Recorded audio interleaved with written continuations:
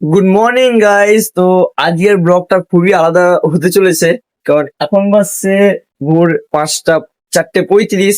আমি এখন যাব শিয়ালদা, একটু কাজ আছে। আর যাওয়ার চেষ্টা করব, মানে ওখানেই যাব মা ভবতারিণীর কাছে, মানে দক্ষিণেশ্বর। তো চলো, যদি সময় থাকে, কপালে যদি থাকে মায়ের দর্শন, তাহলে অবশ্যই মায়ের দর্শন করব এবং তোমাদেরকেও করাবো। তো চলো, বেশি এখন সময় নেই আজকে কথা বলার, কারণ তাড়াতাড়ি স্টেশন যেতে হবে, টিকিট কাটতে হবে। তো চলো স্টেশন যাওয়া যাক।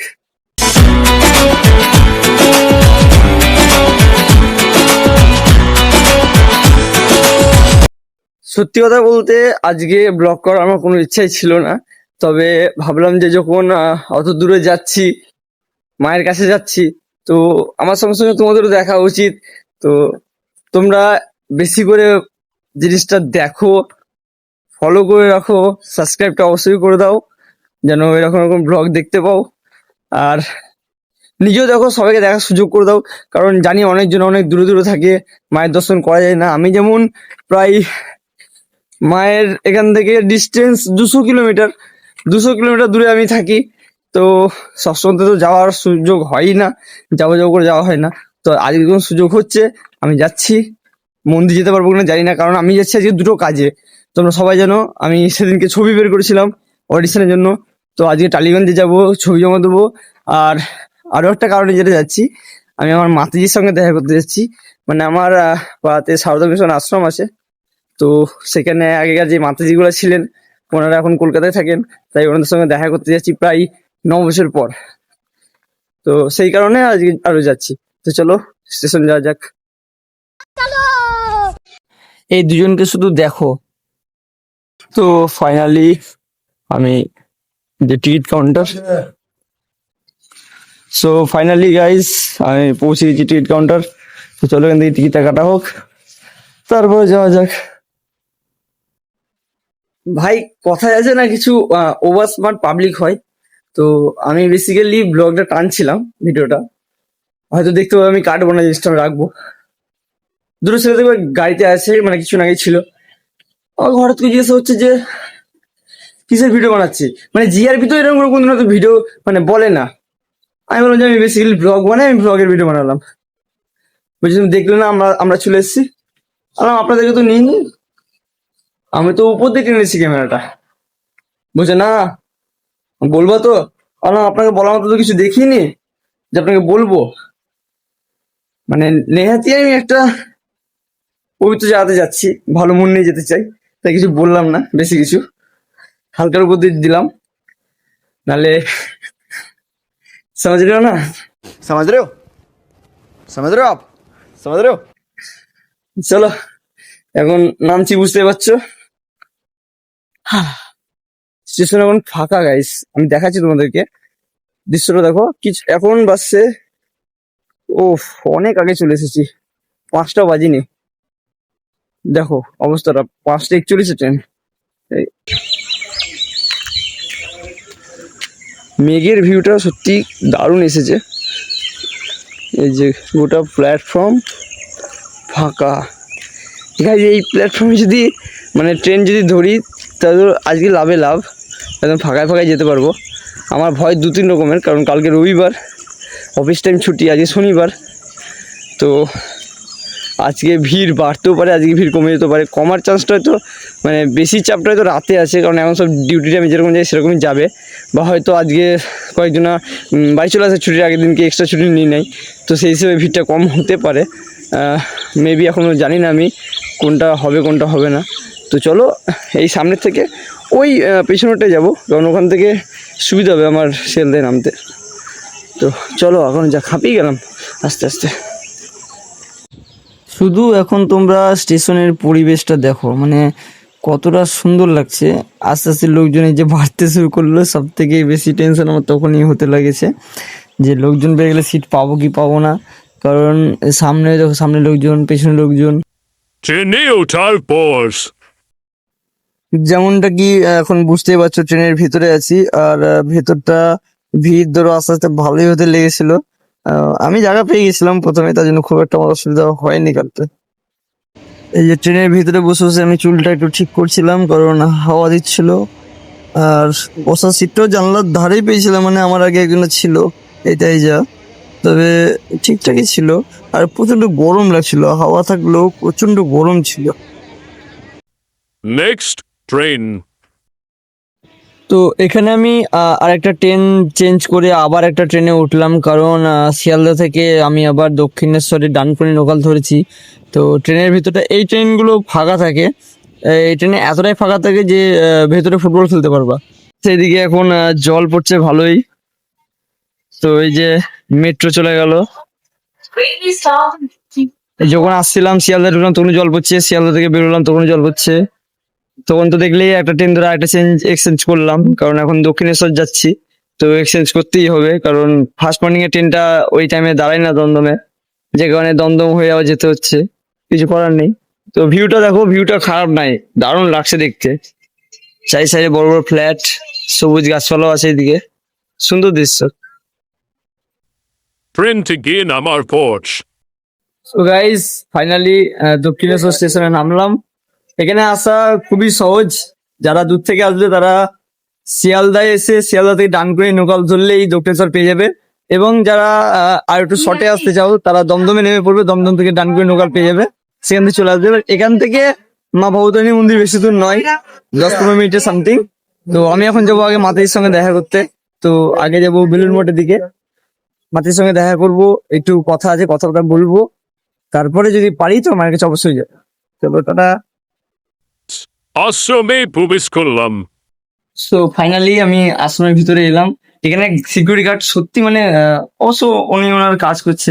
ফোনটা বের করছি, কেন ফোন বের করছো, ছবি কেন তুলছো, কল করছি, কল কেন করছো না, আজ ব্যাপার, কল না করলে আমি কন্ট্যাক্ট করবো কি করে যে মাতৃ কোথায় আছে না আছে। তো মাতৃর সঙ্গে দেখা করলাম, প্রণাম করলাম, একটু ভিতরে গেলেন। হয়তো দেখাতে পারবো না, কারণ এদিকে ক্যামেরা অতটা অ্যালাউ নেই, আমি তো চুপ করে করছি। তো চলো tata. Ma Bhavatarni Mondir, Dukkinisar.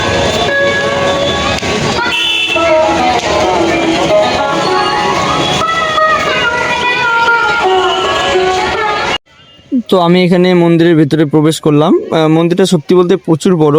আমি কোনো ফিল্টার ইউজ করিনি, কোনো ব্যাকগ্রাউন্ডের সং দিচ্ছি না, কারণ কদিন থেকে দেখতে পাচ্ছ দিচ্ছি না কেন, কপিরাইট পড়ে যাচ্ছে, আমার নিজের বিরক্ত লাগছে, তার জন্য দেখছি একদম র্যান্ডামলি দেবো, যেটা দেওয়ার সেটা র্যান্ডামলি দেবো।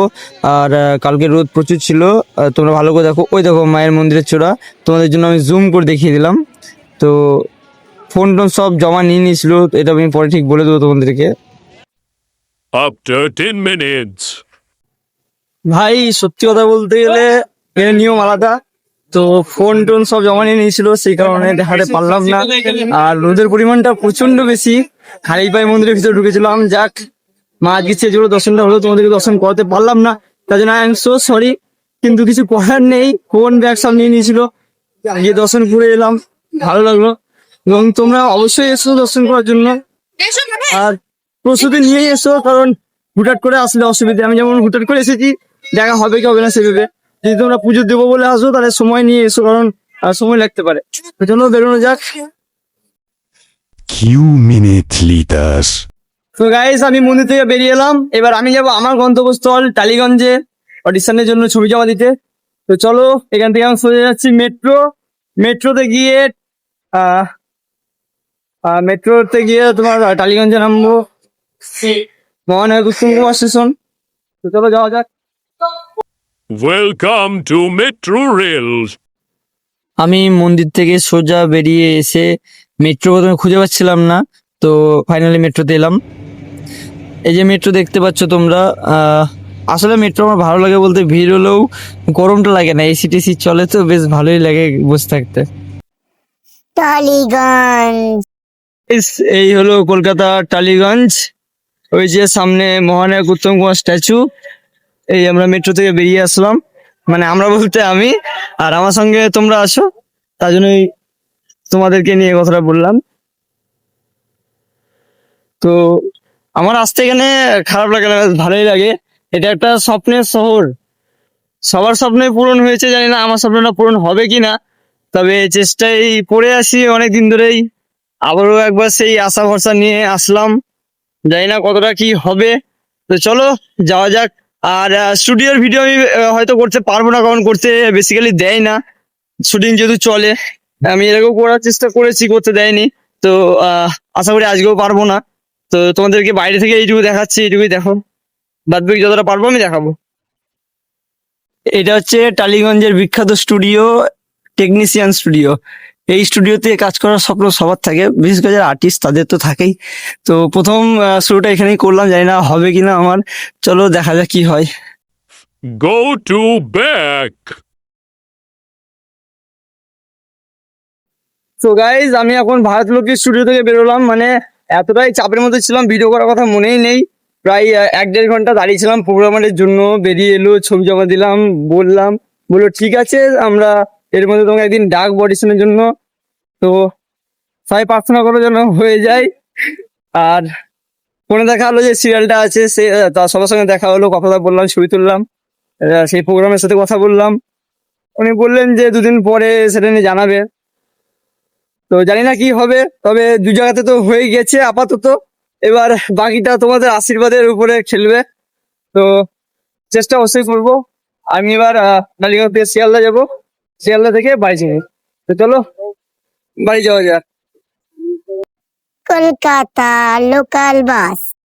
আর যাই হোক, কলকাতার লোকাল বাসের গল্প তো সবাই জানো, কিরকম গরম আর কত ছোট জায়গা। শিয়ালদা স্টেশন। তো ফাইনালি স্টেশনের পেছন দিকে আছি, এখন স্টেশন ঢুকবো শিয়ালদায়, তারপরে টিকিট কেটে বাড়ি। চলো। ভাগীরথী এক্সপ্রেস। ফাইনালি ভাগীরথী এক্সপ্রেসে উঠেছি। এত গরম, তাও খুব ভালো যে ফ্যান ট্যান সব চালিয়ে দিয়েছিল। Night view. সো গাইস, দেখতেই পাচ্ছ ফাইনালি ট্রেন থেকে নেমে আমি রাস্তা দিয়ে হাঁটা শুরু করলাম। এই যে রাতের মেঘ, সকালের মেঘ তো দেখতে পেয়েছিলে তোমরা কিরকম ছিল, এবং কলকাতাটাও দেখালাম কেমন ছিল। আর এটা আবার আমার প্রিয় শহর বহরমপুরে চলে এলাম। আমি এখন বাড়ির কাছেই আছি, হাঁটতে হাঁটতে বাড়ি যাচ্ছি, বুঝতে পারছো। সকালে গেছিলাম তোমার ওই রাস্তাটা দিয়ে, আর এখন আসছি এই রাস্তাটা দিয়ে। তো যাই, বাড়ি যাই। ট্রেনে যা খাওয়া দাওয়া করলাম, বেশি কিছু বাড়িতে খেতে পারবো বলে মনে তো হয় না, তবে অল্প কিছু খাওয়া দাওয়া করবো। চোখ মুখে জল দেবো, দিয়ে একটু পাড়াতে বসবো, কারণ গরম লাগছে খুব। তো চলো বাড়ি যাওয়া যাক। Finally come home. So guys, এই মুহূর্তে বাড়ি ঢুকলাম, 200 কিলোমিটারের জার্নি খতম করলাম।